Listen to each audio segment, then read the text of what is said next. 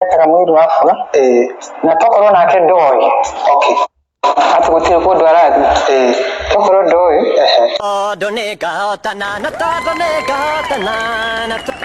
niĩ nĩ njũĩ gũtirĩ kũndũ mũiru wakwa arathiĩ. Ĩyo ti mĩario yakwa na kana mũrũgamo wa Kikuyu News Alert, no nĩ ciugo cirekereirio nĩ mũteti Senator Karen Nyamu akĩaria ciĩgiĩ mũiru wake co-wife wake Edie Nderitu rita rĩa mbere kuma rĩrĩa aumire gwake na gũkĩhithũria atĩ nĩ matiganĩte na mũthuri wake mũini na mũthigari wa gakundi Komũ Samidoh. Na Karen Nyamu akĩaria na mũtambo ũmwe wa gũkũ YouTube ĩmwe kwa ĩmwe metha-inĩ ya Rekecio Menene nĩ aumbũrĩte na kuga ke ta mũtongoria wa mbeũ njĩthĩ na seneta wa gũthukio mbunge-inĩ ya bũrũri nĩ thirikari nene ti gũthũkia athũkirie mũciĩ wa Edie Nderitu, akiuga ke nĩ wa kĩrathimo na manyitanĩte na mũini Samidoh ũrĩa onake no mũtongoria na role model ya mbeũ njĩthĩ thĩinĩ wa industry ya ũini. Nĩ makũ make sure gũtirĩ ũndũ ũgũthũka ona kana gũthongoma, na akiuga na kumbũra ke nĩoĩ mũiru wake Edie Nderitu ũrĩa wĩ bũrũri wa USA hatirĩ kũndũ arathiĩ kuma kĩhiko-inĩ kĩao na Samidoh. Karen akiuga Edie no agacoka ake mũciĩ wake. Karen